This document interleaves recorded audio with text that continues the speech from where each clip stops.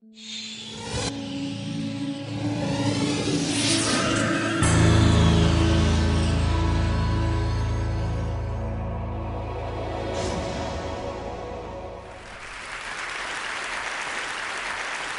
I am Michael Shermer, the director of the Skeptic Society, the publisher of Skeptic Magazine. We investigate claims of the paranormal, pseudoscience, and fringe groups and cults and claims of all kinds between. Science and pseudoscience and non-science, junk science, voodoo science, pathological science, bad science, non-science, and plain old nonsense. And unless you've been on Mars recently, you know there's a lot of that out there. Some people call us debunkers, which is kind of a negative term, but let's face it, there's a lot of bunk. And we are like the bunko squads of the police departments out there flushing out.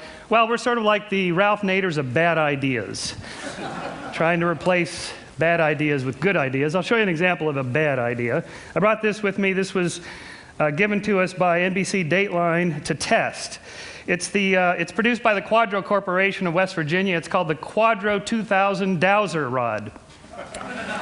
This was being sold to high school administrators for $900 a piece. It's a piece of plastic with a Radio Shack antenna attached to it. You can douse for all sorts of things, but this particular one was built to douse for marijuana in students' lockers. So the way it works is you go down the hallway and you see if it tilts toward a particular locker, and then you open the locker. So it looks something like this. I'll show you. Well, it has kind of a right-leaning bias, so I'll show you. Well, this is science, so we'll do a controlled experiment. It'll go this way for sure.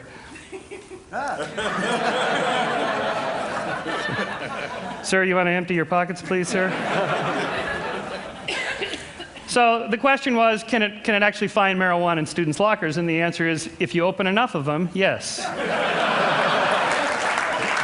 But in science, we have to keep track of the misses, not just the hits, and that's probably the key lesson to my short talk here, is that this is how psychics work, astrologers and tarot card readers and so on. People remember the hits, they forget the misses. In science, we have to keep the whole database and look to see if the number of hits is somehow stands out from the total number that you would expect by chance. In this case, we tested it. We had two opaque boxes, one with government-approved THC marijuana and one with nothing, and it got it 50% of the time, which is exactly what you'd expect with a coin flip model.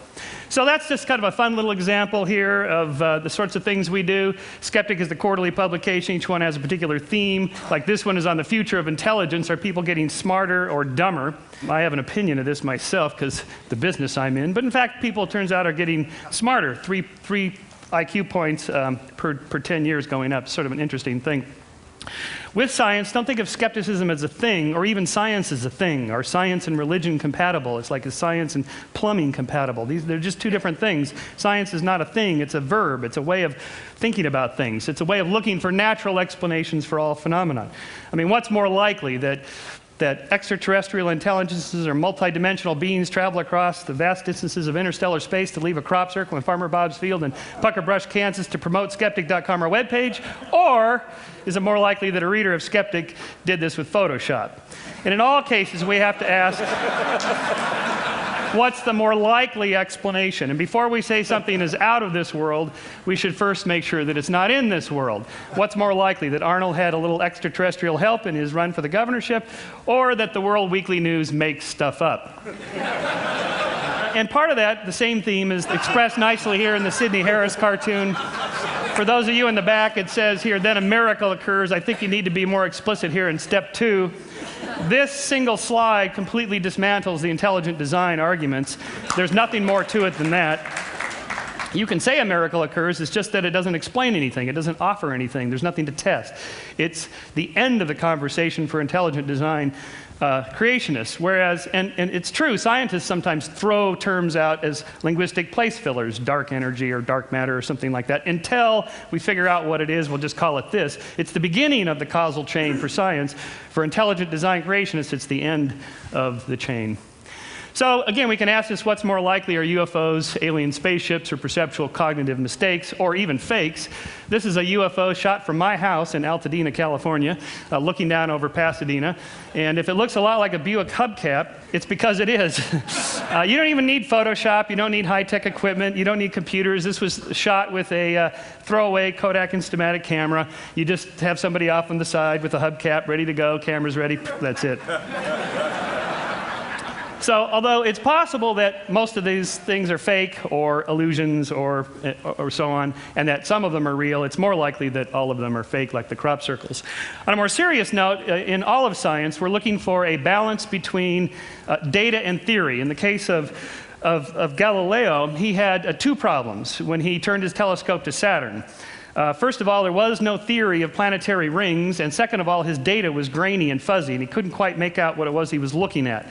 So he wrote that he has seen, I have observed that the furthest planet has 3 bodies, and this is what he ended up concluding that he saw. So without a theory of planetary rings and with only grainy data, you can't have a good theory. And it wasn't solved until 1655. This is Christian Huygens' book in which he cataloged all the mistakes that people made in trying to figure out what was going on with Saturn. It wasn't until Huygens had 2 things. He had a good theory of planetary rings and how the solar system operated, and then he had better telescopic, more fine-grained data in which he could figure out that as the Earth is going around faster, according to Kepler's laws, than Saturn, then we catch up with it and we see the angles of the rings at different angles there, and that's in fact turns out to be true. The problems with having a theory is that your theory may be loaded with cognitive biases. So one of the problems of explaining why people believe weird things is that we have things on a simple level, and then I'll go to more serious ones, like we have a tendency to see faces. This is the face on Mars, which was in 1976, so there was a whole movement to get NASA to photograph that area because people thought this was monumental architecture made by Martians. Well, it turns out here's the close-up of it from 2001. If you squint, you can still see the face. And when you're squinting, what you're doing is you're turning that from fine grain to coarse grain. And so you're reducing the quality of your data. And if I didn't tell you what to look for, you'd still see the face because we're programmed by evolution to see faces. Faces are important for us socially. And of course, happy faces, faces of all kinds are easy to see. You can see the happy face on Mars there. If astronomers were frogs, perhaps they'd see Kermit the Frog. Do you see him there? Little froggy legs. Or if geologists were elephants. Religious iconography discovered by a Tennessee baker in 1996. He charged $5 a head to come see the nun bun until he got a cease and desist from Mother Teresa's lawyer. Here's Our Lady of Guadalupe and Our Lady of Watsonville, just down the street, or is it up the street from here? Tree bark is particularly good because it's nice and grainy, branchy, black and white, splotchy, and you can get the pattern-seeking. Humans are pattern-seeking animals. Here's the Virgin Mary on the side of a glass window in Sao Paulo. Here's the Virgin Mary made her appearance on a cheese sandwich, which I got to actually hold in a Las Vegas casino, of course, this being America. This casino paid $28,500 on eBay for the cheese sandwich. But who does it really look like? The Virgin Mary?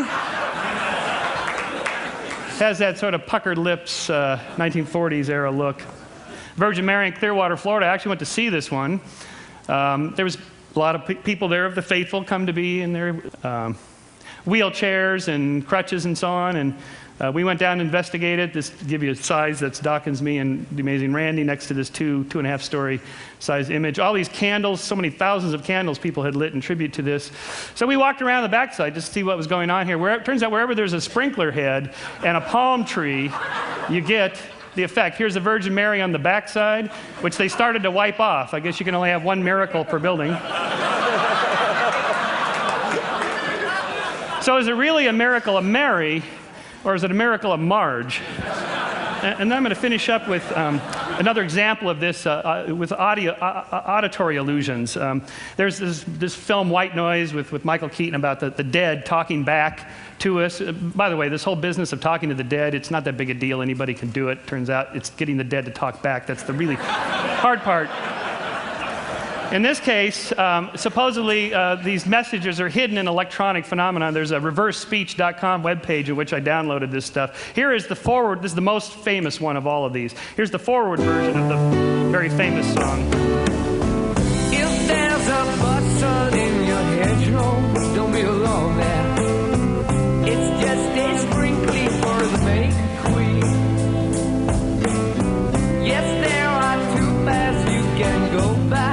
but in the long run, and there's still time to change the road you're on. Boy, can you just listen to that all day? All right, here it is backwards, and see if you can hear the hidden messages that are supposedly in there.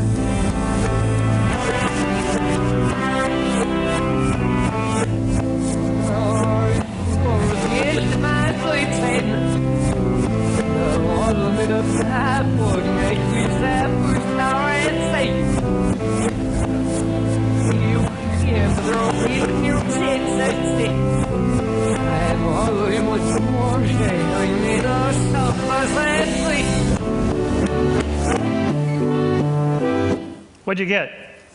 Satan. Okay, well, at least we got Satan. Now I will prime your auditory part of your brain to tell you what you're supposed to hear, and then hear it again.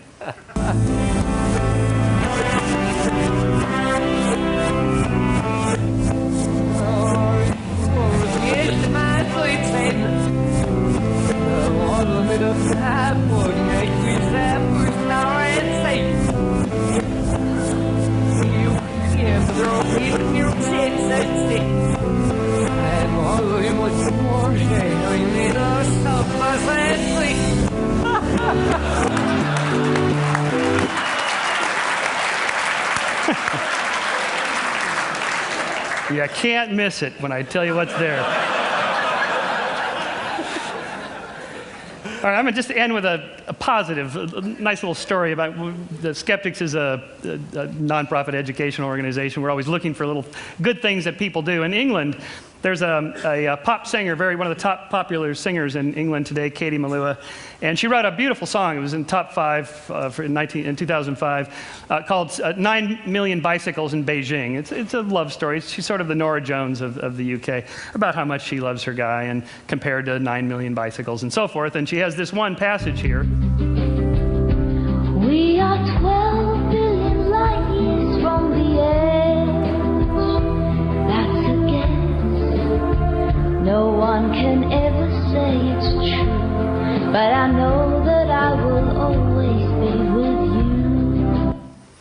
Well, that's nice. At least you got it close. In America, it would be we're 6,000 light years from the edge. But my friend Simon Singh, the particle physicist, now turned science educator, and he wrote the book The Big Bang and so on, uses every chance he gets to promote good science. And so he wrote an op-ed piece in The Guardian about Katie's song, in which he said, well, we know exactly how far from the edge, it's 13.7 billion light years, and it's not a guess. We know within a precise error bars there how close it is, and so we can say, although not absolutely true, that it's pretty close to being true.